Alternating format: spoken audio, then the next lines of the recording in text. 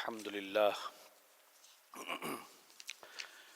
لله وكفى والصلاة والسلام على عباده الذين اصطفى أما بعد فأعوذ بالله من الشيطان الرجيم بسم الله الرحمن الرحيم الله ولي الذين آمنوا يخرجهم من الظلمات إلى النور والذين كفروا أولياؤهم الطاغوت يخرجونهم من النور إلى الظلمات أولئك أصحاب النار هم فيها خالدون. وقال الله تعالى في سورة الأعراف: يا بني آدم قد أنزلنا عليكم لباسا يواري سوآتكم وريشا ولباس التقوى ذلك خير ذلك من آيات الله لعلهم يذكرون. صدق الله العظيم. وقال النبي صلی اللہ علیہ وسلم: ان لكل دین خلقا وخلق الاسلام الحیاء او كما قال صلی اللہ علیہ وسلم. رب اشرح لي صدری ويسر لي امری واحلل عقدۃ من لسانی یفقهوا قولی. اللهم الہمنا رشدنا واعذنا من شرور انفسنا. اللهم ارنا الحق حقا وارزقنا اتباعه وارنا الباطل باطلا وارزقنا اجتنابه. اللهم وفقنا لما تحب وترضى. اللهم صل وسلم وبارك على سيدنا ومولانا محمد وعلى آله وصحبه اجمعین آمین یا رب العالمین. حضرات، سب سے پہلے تو یہ اطلاع دینی تھی کہ حسب اطلاع آج ڈاکٹر عارف رشید صاحب جو بڑے بھائی ہیں انہیں تشریف لانا تھا یہاں پر بیان کے لیے، لیکن ان کی طبیعت اچھی نہیں ہے، اسی لیے وہ آج حاضر نہیں ہو سکے. ان کے لیے دعا کریں، اللہ تعالیٰ ان کو شفا عطا فرمائے. آج کی اس اجتماع جمعہ کے لیے جو میں نے آیات منتخب کی ہیں ان میں ایک تو وہ ہے کہ جو ابھی میں نے بعد میں پڑھی ہے، سورہ اعراف کی آیت نمبر 26، اور دوسری وہ آیت جو سورہ بقرہ کی ہے جس میں اللہ تعالیٰ نے اہل ایمان کے لیے جو اللہ تعالیٰ کی طرف سے ہدایت کے چینلز ہیں ان کا ذکر فرمایا ہے، اور جو اہل کفر ہیں ان کے لیے بھی جو بے ہدایتی کے چینلز ہیں ان کا ذکر کیا ہے. آج یہ مضمون اور موضوع اس لیے بہت اہم محسوس ہوتا ہے کہ ہدایت اور دلالت کے مابین فرق اور امتیاز جو ہے وہ اٹھتا چلا جا رہا ہے. بعض ایسی تحریکات اس وقت میدان میں سرگرم عمل ہیں کہ جن کے زیر اثر آج کی تمام مسلم نوجوان، مسلم یوتھ جو ہے جو ان کے زیر اثر ہے، اور ان کے سامنے رفتہ رفتہ بعض بڑے حساس معاملات ایک عام سی بات بنتے چلے جا رہے ہیں جن کا دین اسلام میں بڑا حساس مقام ہے. چنانچہ ضروری ہے کہ ہم سمجھیں کہ اللہ تعالیٰ نے جو دین میں ہدایات عطا فرمائی ہیں وہ ان گمراہیوں کے ضمن میں کیا صحیح رستہ ہمیں عطا فرماتی ہیں تاکہ ہم اس دور کی گمراہی کو کچھ سمجھ سکیں، اور اگر سمجھ لیں گے تو انشاءاللہ امید ہے کہ ہم ان سے نبرد آزما ہونے کی بھی صلاحیت پیدا کر سکیں گے. سورہ بقرہ میں فرمایا: اللہ ولی الذین آمنوا یخرجہم من الظلمات الی النور. اللہ اہل ایمان کا ولی ہے، کارساز ہے. وہ لوگ کہ جو اللہ پر ایمان کا دعویٰ کرتے ہیں اور پھر واقعتاً اللہ تعالیٰ کو اپنا رب، اپنا خالق، اپنا مالک اور اپنا مطاع حقیقی سمجھتے ہیں، ان کے لیے اللہ تعالیٰ جو ہے کیا اہتمام فرماتا ہے. پہلی بات تو یہ کہ اللہ ان کا کارساز بن جاتا ہے، ولی بن جاتا ہے، دوست بن جاتا ہے. اور دوسری بات یہ کہ یخرجہم من الظلمات الی النور، وہ اہل ایمان کو ظلمات سے نکال کر نور کی طرف لے آتا ہے۔ ظلمات سے کیا مراد ہے؟ ظاہر ہے اس سے مراد ایک ظاہری اندھیرا نہیں ہے، ظاہری ظلمت نہیں ہے، بلکہ اس سے مراد بدعقیدگی ہے، گمراہیاں ہیں، گمراہ کن افکار ہیں، نظریات ہیں۔ اب یہ طرح طرح کے افکار اور نظریات جن کا میں تھوڑا سا حوالہ آج دوں گا، وہ دنیا میں پھیلے ہی نہیں ہیں، پھیلائے گئے ہیں۔ اور جیسا کہ میں نے عرض کیا، آج کا وہ گویا ایک نعرہ بن چکا ہے، آج وہ متفقہ قسم کے اوصاف بن چکے ہیں۔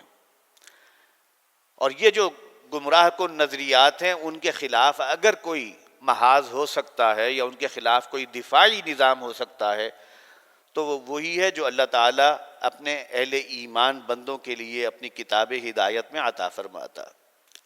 تو یخرجہم من الظلمات الی النور والذین کفروا اولیاؤہم الطاغوت، اور وہ لوگ کہ جو کفر کرنے والے ہیں، اللہ پر ایمان سے مستغنی، بے پرواہ، ان کے اولیاء کون ہیں؟ طاغوت ہیں، شیطان، یا وہ کہ جو اپنی بڑائی چاہتے ہیں، وہ طاغوت ہیں، جو اپنی بالادستی چاہتے ہیں، جو من مانی زندگی بسر کرنا چاہتے ہیں، من چاہی زندگی بسر کرنا چاہتے ہیں۔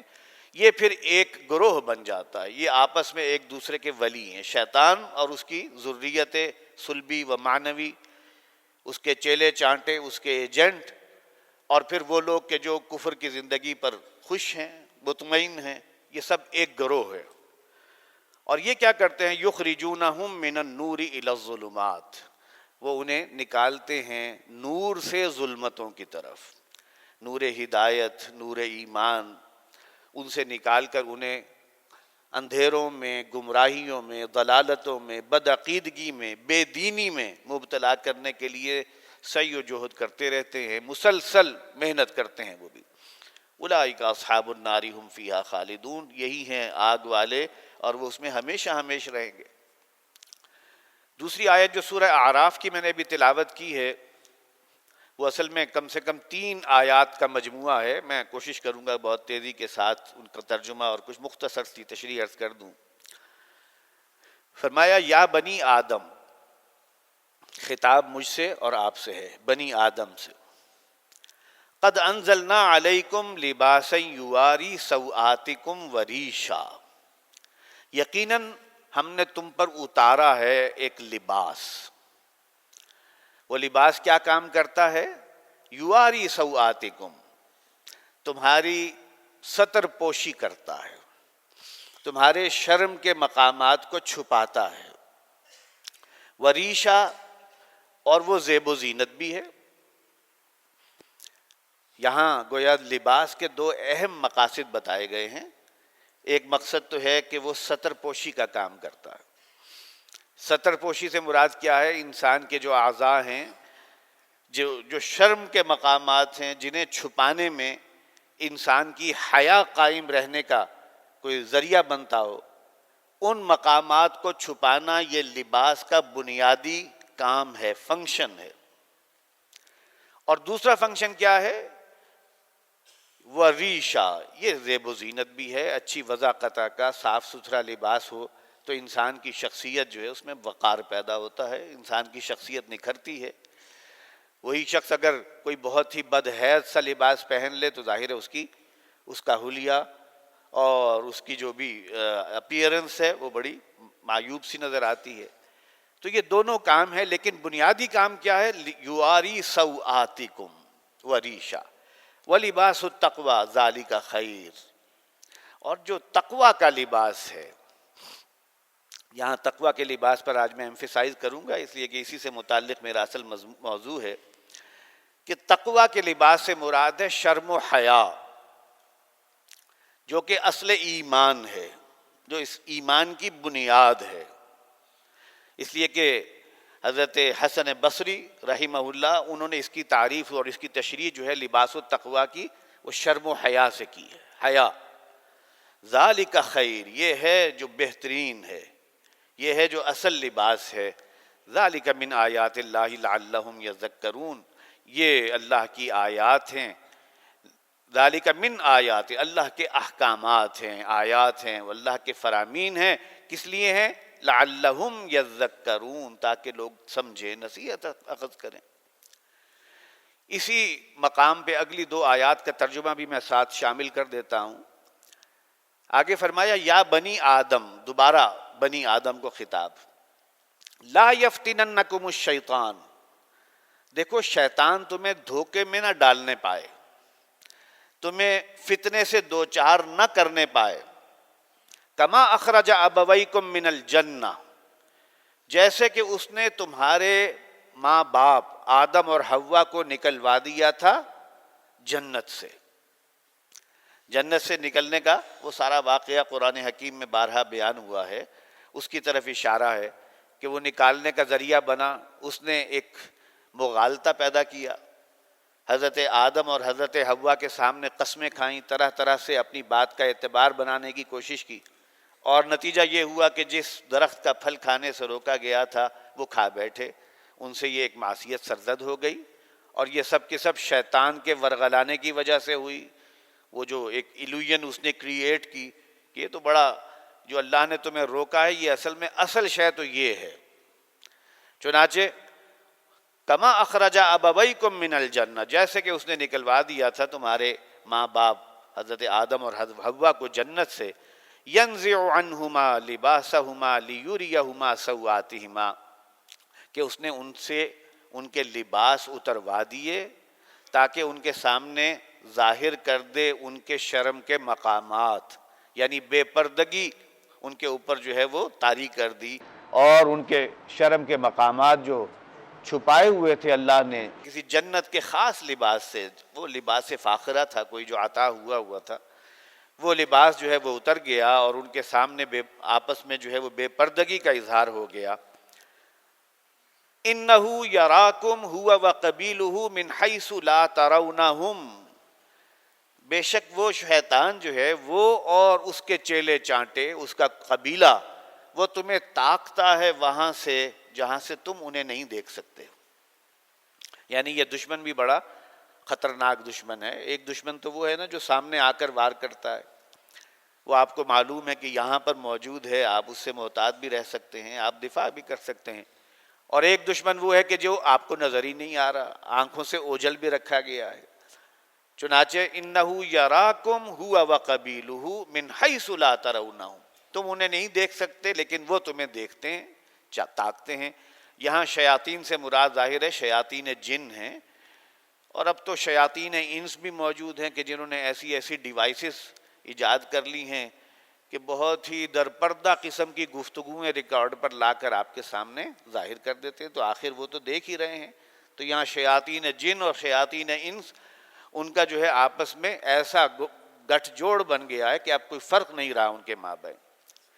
انا جعلنا الشیاطین اولیاء للذین لا یؤمنون، بے شک ہم نے شیاطین کو ولی اور مددگار اور حمایتی بنا دیا ہے ان لوگوں کا کہ جو ایمان نہیں لانا چاہتے، جو ایمان کے تقاضے پورے نہیں کرنا چاہتے. وہ اصل میں وہ لوگ ہیں کہ جن کا حمایتی ولی کارساز وہ شیطان ہے، شیطان اور اس کا قبیلہ. اور اگلی آیت میں فرمایا وَإِذَا فَعَلُوا فَاحِشَةً قَالُوا وَجَدْنَا عَلَيْهَا آبَاءَنَا، اور جب یہ کسی بڑی برائی کا ارتکاب کرتے ہیں، ایک تو فاحشہ کا لفظ لایا گیا ہے جس کے اندر ظاہر بے حیائی کے کام وہ تو شامل ہے ہی، لیکن عربی زبان میں فاحشہ جو ہے صرف بے حیائی کے کاموں کو نہیں کہا جاتا، بلکہ اس میں بے حیائی کے علاوہ جو بڑے بڑے منکرات ہیں، بڑے غلط کام ہیں، وہ سب فواحش ہے. تو جب یہ اس کا ارتکاب کرتے ہیں، یہاں خاص طور سے ذہن میں رکھیے یہ وہ مخاطبین قریش کے وہ لوگ کہ جنہوں نے دین ابراہیمی کا جو ہے وہ حلیہ بگاڑ دیا تھا. وہ بیت اللہ شریف میں آتے تھے تو اپنے ہی کوئی طریقے تھے ان کے، باہر سے آنے والوں پر پابندیاں لگائی ہوئی تھی دور جاہلیت میں کہ جو لوگ باہر سے آئیں گے وہ اپنے ساتھ جو لباس لے کر آتے ہیں وہ لباس تو آلودہ ہوتا ہے، مختلف قسم کے گناہوں سے لتھڑا ہوا ہوتا ہے، لہٰذا لباس جو ہے وہیں اتار کر آئیں. اور لباس اتار کر دن کے وقت میں جو ہے وہ مرد بے لباس ہو کر طواف کر رہے ہیں اور رات کے اوقات میں عورتیں بے لباس ہو کر طواف کر رہی ہیں، یہ ایک طریقہ جو ہے انہوں نے ایجاد کیا ہوا تھا، اور وہاں کے جو حوث پرست لوگ تھے وہ ظاہر ہے انہیں تاکتے تھے بیٹھ کر اور پھر باتیں بناتے تھے۔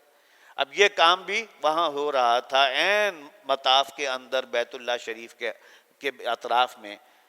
اچھا، جب اس قسم کے کاموں کے بارے میں بتایا جاتا تھا کہ یہ تم نے کون سا طریقہ اختیار کیا ہے، یا دوسرے منکرات کا ارتکاب کرتے تھے تو انہیں کہا جاتا تھا کہ یہ ساری منکرات ہیں، یہ تو اللہ کے دین میں، شریعت میں، شریعت ابراہیمی میں ان کی کوئی حیثیت نہیں۔ تو وہ کیا کہتے ہیں؟ قالوا وجدنا علیہا آباءنا، وہ یہ کہتے ہیں کہ ہم نے اسی پر پایا ہے اپنے آباء و اجداد کو، یہ ہمارے پرکھوں کی روایات ہیں، آباء و اجداد کا طریقہ ہے، لہٰذا ہم ان طریقوں کو فالو کریں گے، یہ صحیح طریقے ہیں۔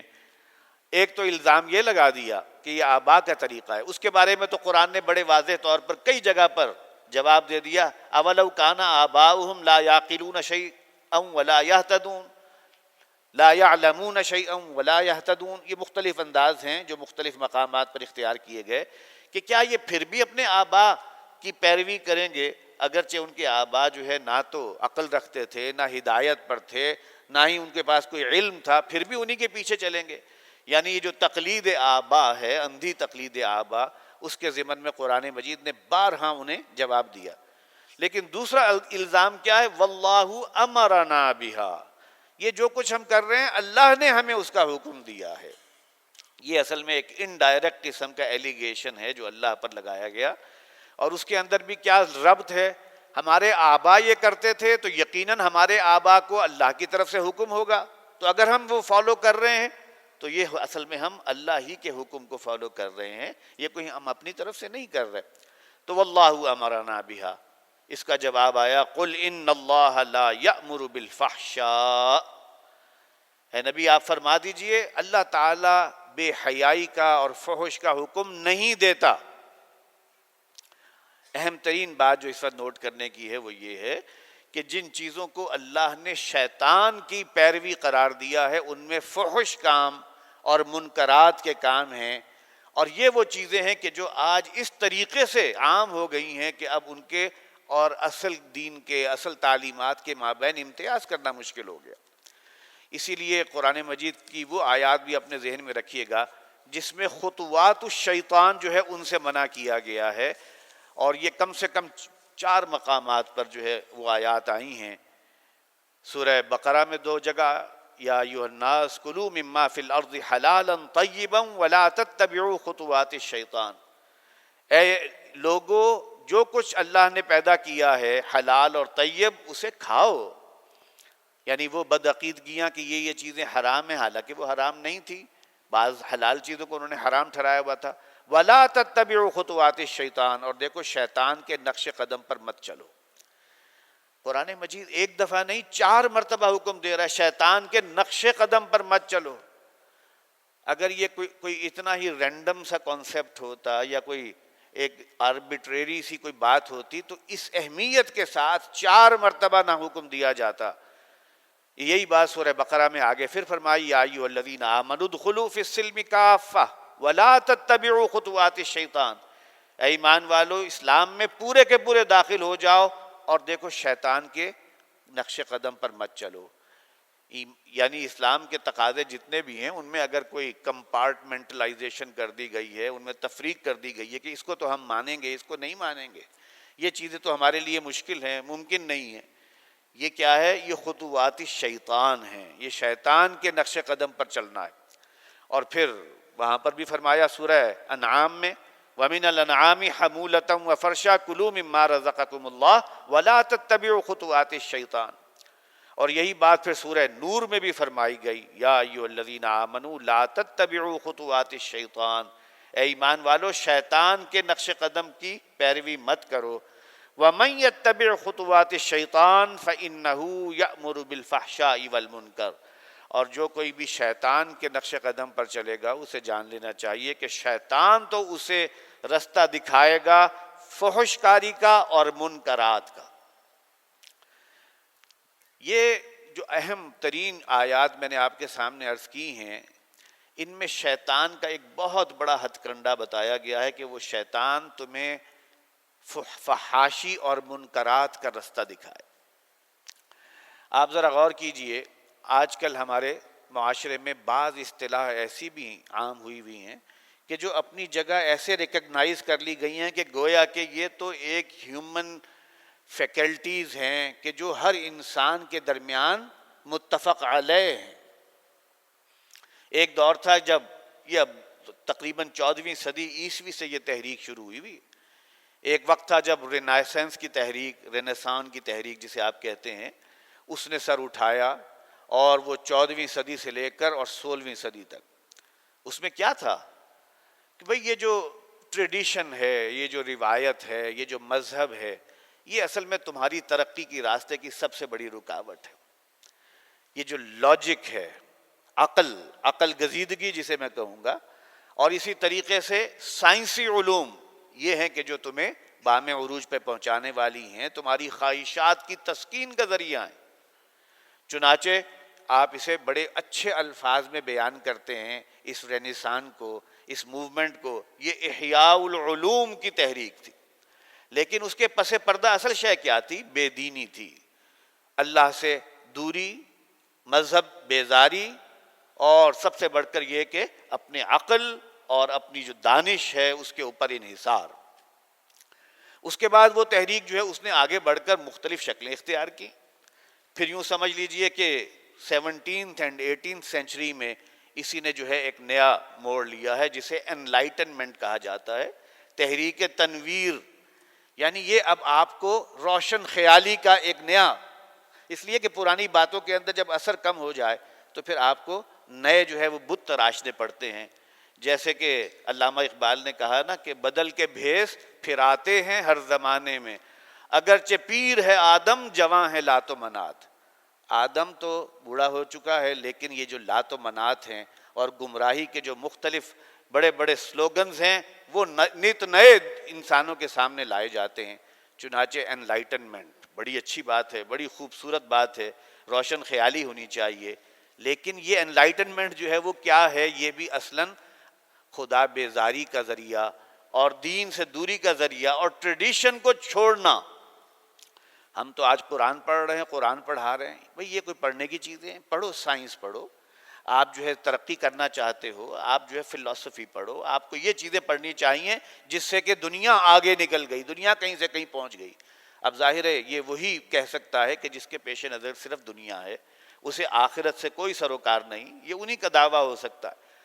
لیکن دیکھا جائے تو کتنے خوبصورت یہ اس کے جو ہیں وہ عنوانات ہیں، ان عنوانات کے پس پردہ جو کچھ موجود ہوتا ہے وہ ہمیں معلوم ہی نہیں ہوتا۔ اور پھر وہی شے جو ہے اس نے ایک نیا موڑ، بلکہ کہنا چاہیے ایک نیا قدم اٹھایا، اور وہ قدم اٹھایا ہے فیمنزم کی تحریک کے ذریعے۔ اور فیمنزم بظاہر تو بہت اچھی بات ہے کہ مرد جو ہے وہ استحصال کرتا ہے عورتوں کا۔ انسانوں کا معاشرہ ہمیشہ سے میل ڈومیننٹ سوسائٹی رہی ہے، لہٰذا عورتوں کا استحصال ہو رہا ہے، یقیناً ہوتا ہے استحصال، لیکن وہ استحصال کا دور کرنا ایک بالکل الگ شے ہے۔ اسے آسمانی ہدایت کی روشنی میں اس ظلم اور استحصال کا خاتمہ وہ ایک بالکل جدا شے ہے۔ یہاں پر جو چیز ہوتی ہے وہ کچھ اور ہے۔ وہ کیا ہے؟ عورت اور مرد ہر اعتبار سے برابر ہے۔ چنانچہ سب سے پہلے یہ اب سمجھ لیجئے 19ویں صدی میں یہ اس کا پہلی ویو آئی تھی، اور اس ویو کے اندر یہ قرار دیا گیا کہ یہ جو لیگل رائٹس ہیں اس میں عورتوں کو اور مردوں کو برابری ہونی چاہیے، اور ہر اعتبار سے برابری۔ اگرچہ یہ برابری کا نعرہ ہے، برابری وہ خود بھی دینے کو تیار نہیں ہے، یہ استحصال کا ذریعہ ہے، مزید عورتوں کا استحصال ہوتا ہے، لیکن اصل میں ظاہر میں ایک بڑا خوشنما ایک سلوگن ہے۔ اور پھر اس کے بعد آپ کو معلوم ہے اس پچھلی صدی میں 1960s 70s and 80s میں اس کی ایک نئی جو ہے ویو آئی ہے، اور اس میں تو پھر بات بہت آگے پہنچا دی گئی کلچرلی، اسی طریقے سے ہر قسم کی سوچ، اپنے فیصلے، ان کے اعتبار سے عورت بالکل مرد کے برابر، اور اس کے اوپر کوئی قدغن نہیں، کسی قسم کا کوئی اخلاقی دباؤ بھی نہیں، یعنی آسمانی دباؤ تو دور کی بات ہے، اخلاقی دباؤ بھی نہیں۔ چنانچہ یہ وہ ذریعہ تھا جس سے کہ اس شیطان نے جو ہے ایک نیا ہتھ کنڈا اختیار کیا، اور یہی وہ ہے جس کے آپ بڑے اور مظاہر دیکھتے ہیں. ہمارے جو ایوان حکومت ہیں، جو بڑے بڑی مجالس ہوتی ہیں، بڑے بڑے وہاں فنکشنز ہوتے ہیں، وہاں کیا دعویٰ کیا جا رہا ہوتا ہے؟ Women empowerment. امپاورمنٹ کے نام پر بظاہر بڑی اچھی بات ہے کہ انہیں آپ اپنے معاشرے کا بہت اچھا ایک مفید شہری بنائیں، لیکن یہ امپاورمنٹ جن جن چیزوں کے بارے میں ہے اس کا مطلب کیا ہے کہ وہ خاندانی نظام جو ہے وہ ختم ہو جائے. وہ جو اللہ نے طریقہ بتایا کہ الرجال قوامون علی النساء بما فضل اللہ بعضهم علی بعض وبما انفقوا من اموالهم، یہ سارے جو بھی اللہ کے ضابطے ہیں، دینی ضابطے ہیں، اخلاقی ضابطے ہیں، وہ سب ایک طرف. اور ایک دفعہ اگر عورت کو یوں گھر سے نکال دیا تو اب باقی کا کام جو ہے وہ خود بخود ہوتا چلا جاتا ہے. چنانچہ ویمن ایمنسیپیشن، ویمن امپاورمنٹ، یہ مختلف عنوانات ہیں کہ جن کے تحت یہ شیطان کے خطوات، وَمَن يَتَّبِعْ خُطُوَاتِ الشَّيْطَانِ فَإِنَّهُ يَأْمُرُ بِالْفَحْشَاءِ وَالْمُنکَرِ، یہ خطوات الشیطان جو ہیں وہ ایک سے بڑھ کر ایک نمایاں ہو کر سامنے آتے. بہرحال اس سارے پس منظر میں جو سب سے بڑی آج کی ضرورت نظر آتی ہے وہ یہ کہ ان فتنوں کو پہچانا جائے. اپنی آئندہ نسلوں کے اگر ایمان کی فکر ہے، اگر ان کو ظاہر شیطان کی اس ساری چالوں سے کچھ آگاہ کرنے کی فکر ہے، تو ہمیں ان فتنوں کی حقیقت کو سمجھنا ہوگا. ظاہر اپنی جگہ ہے، وہ بڑا خوبصورت ہے، بڑا خوش رنگ ہے، اور رسول اللہ صلی اللہ علیہ وسلم نے جو تعلیمات ایمان کے ضمن میں اور حیا کے ضمن میں عطا فرمائی ہیں، چند احادیث میں آپ کے سامنے پیش کر کے پھر بات اپنی ختم کرتا ہوں. ایک حدیث جو میں نے آغاز میں پڑھی تھی، یہ حضرت زید بن طلحہ رضی اللہ تعالی عنہ سے ہے مروی کہ انہوں نے کہا کہ رسول اللہ صلی اللہ علیہ وسلم نے فرمایا ان لکل دین خلقا، ہر دین کا کوئی نہ کوئی امتیازی وصف ہوتا ہے. خلق، ہر دین کا ایک الگ خاص علامت، خاص وصف ہوتا. وخلق الاسلامی الحیا، اور اسلام کا جو امتیازی وصف ہے وہ حیا ہے. حیا یہ اندر کی کیفیت ہے، یہ انسان کی ایک خاص صلاحیت کا نام ہے. حیا یہ ایک بڑی فطری صلاحیت ہے اور یہ بنیادی وصف ہے جو انسان کی سیرت سازی میں سب سے مؤثر کردار ادا کرتی. ایک اور حدیث حضرت ابو ہریرہ رضی اللہ تعالی عنہ ان سے روایت کہ رسول اللہ صلی اللہ علیہ وسلم نے فرمایا الحیاء من الایمان والایمان فی الجنہ والبذاء من الجفا والجفاء فی النار، او کما قال صلی اللہ علیہ وسلم. حیا جو ہے وہ ایمان سے ہے، ایمان کا لازمی جز ہے، اور ایمان یہ جنت میں داخلے کا ایک ضمانت ہے. اور پھر یہ کہ بذا، یہ جو بے شرمی ہے، بے حیائی ہے، یہ کیا ہے؟ یہ جفا ہے، یہ بدکاری ہے، بدعملی ہے. والجفاء فی النار، اور اس کا انجام جو ہے وہ آگ ہے، جہنم ہے. اور اسی طریقے سے حضرت ابن عمر رضی اللہ تعالی عنہ، عبداللہ ابن عمر، ان سے ایک مروی روایت ان الحیاء والایمان قرناء جمیعا، حیا اور ایمان دونوں ہمیشہ ساتھ ساتھ اور اکٹھے ہوتے ہیں. یہ نہیں ہو سکتا کوئی شخص کہے کہ میں ایمان والا ہوں جبکہ اندر سے وہ بے حیا ہو. کوئی بے حیا شخص ایمان والا ہو ہی نہیں سکتا. لہذا انہوں نے فرمایا کہ ان الحیاء والایمان قرناء جمیعا فاذا رفع احدهما رفع الاخر، ان دونوں میں سے ایک چیز اگر چلی جائے، اٹھا لی جائے، تو دوسری چیز از خود ختم ہو جاتی ہے. ایمان چلا گیا تو حیا اٹھ گئی، انسان بے حیا ہو جائے گا، اور حیا اٹھ گئی تو بے ایمان ہو جائے گا. پھر جیسے کہ ایک اور حدیث میں سناؤں گا، اگلی ہی حدیث ہے، اس میں تو یہاں تک فرما دیا. یہ حضرت عبداللہ ابن مسعود رضی اللہ تعالی عنہ کی روایت ہے کہ رسول اللہ صلی اللہ علیہ وسلم نے فرمایا ان مما ادرک الناس من کلام النبوۃ الاولی اذا لم تستحی فاصنع ما شئت. یہ جو پچھلی نبوتیں تھیں ان کی باتوں میں سے جو کچھ لوگوں نے اخذ کیا ہے، یعنی جو اعلیٰ ترین بات اخذ کی ہے، اس میں سے یہ بھی ہے اذا لم تستحی، کہ اگر تم میں حیا نہ رہے، فاصنع ما شئت، تو پھر جو چاہو کرتے پھرو، پھر کوئی رکاوٹ نہیں. پھر انسان شیطان کے بھی کان کترنے لگے اور اس سے بھی کہیں آگے نکل جائے اور پھر انسان جو ہے وہ جہنم کے راستے پر بگٹٹ بھاگے، یہ سب ممکنات ہیں اگر انسان کے اندر سے حیا جو ہے وہ اٹھ گئی، شرم و حیا جو ہے وہ نکل گئی۔ اور پھر یہ ہے کہ آخری حدیث جو آج کی اس نشست میں پیش کر رہا ہوں وہ حضرت عمران بن حسین سے ہے۔ وہ کہتے ہیں کہ رسول اللہ صلی اللہ علیہ وسلم نے فرمایا الحیاء لا یأتی الا بخیر، حیا سے خیر ہی برآمد ہوتا ہے۔ یہ بھی اصل میں آج کے دور کی ایک بہت بڑی غلط فہمی ہے کہ یہ جو شائنس ہے مزاج کی، کوئی شخص جو ہے بڑا شائی مزاج کا ہے، اس کے اندر جو ہے وہ بے باکی نہیں ہے، تو وہ دنیا کی ترقی میں، دنیا کی رفتار میں پیچھے رہ جائے گا اور مقابلہ نہیں کر سکے گا۔ فرمایا جا رہا ہے نہیں، ہرگز نہیں، حیا جو ہے اس سے بالآخر خیر ہی برآمد ہوگا۔ تو حضرات یہ چند باتیں میں نے اس اعتبار سے عرض کی ہیں کہ یہ ہمارے لیے لمحہ فکریہ ہے، اور خاص طور پر اس نسبت سے بھی کہ اب آپ کو معلوم ہے میں نے تو رینیسان کا ذکر کر دیا، انلائٹنمنٹ کا ذکر کر دیا، فیمنزم کا ذکر کر دیا، ویمن امپاورمنٹ کا، ویمن ایمنسپیشن کا، لیکن اب آ کر معاملات جو ہیں وہ اس سے بھی آگے جا چکے ہیں، اور وہ ہے ٹرانسجینڈر کے نام پر بہت کچھ ہو رہا ہے۔ تو وہ جو کچھ ہوا ہے اس میں تو اللہ تعالیٰ جو ہے خاص ان لوگوں کو نواز صلہ عطا فرمائے جنہوں نے اس بڑے فتنے سے آگاہ کیا لوگوں کو۔ پریس ریلیز جو ہے وہ سوات کے جو حالات بن رہے ہیں اس کے حوالے سے ہے کہ امن و امان اہل سوات کا بنیادی حق ہے، حکومت اور ریاستی ادارے اپنی ذمہ داری ادا کریں۔ یہ بات تنظیم اسلامی کے امیر شجاع الدین شیخ صاحب نے ایک بیان میں کہی۔ انہوں نے کہا کہ سابق صدر جنرل پرویز مشرف کے دور حکومت میں پاکستان میں دہشت گردی نے سر اٹھایا، جب پاکستان امریکہ کی جنگ میں فرنٹ لائن اتحادی بن گیا۔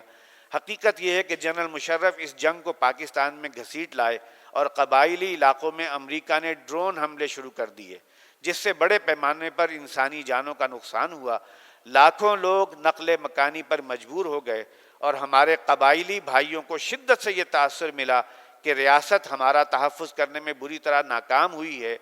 بہرحال بعد ازاں دونوں طرف سے دانش مندی کا مظاہرہ کیا گیا اور ریاست پاکستان نے تحریک طالبان پاکستان سے مذاکرات کا سلسلہ شروع کیا، لیکن کچھ قوتیں ان مذاکرات کو سیبوٹاژ کرتی دکھائی دیں، جس سے یہ مذاکرات بارآور نہ ہو سکے۔ یہ بات انتہائی افسوسناک ہے کہ ایک مرتبہ پھر سوات میں دہشت گردی کی لہر اٹھی ہے، اور وہاں کے لوگ بڑے مظاہرے کر کے اپنے شکوک و شبہات اور غم و غصے کا اظہار کر رہے ہیں۔ امیر تنظیم نے کہا کہ ریاست کا یہ بنیادی فرض ہے کہ اہل سوات کو جان و مال کا مکمل تحفظ دیا جائے۔ فریقین کو یہ فراموش نہیں کرنا چاہیے کہ ہم سب دینی بھائی اور ایک ہی ملک کے باسی ہیں، لہٰذا تمام سٹیک ہولڈرز تحمل اور برداشت کا مظاہرہ کریں اور اسلامی تعلیمات کی روشنی میں عفو و درگزر سے کام لیں۔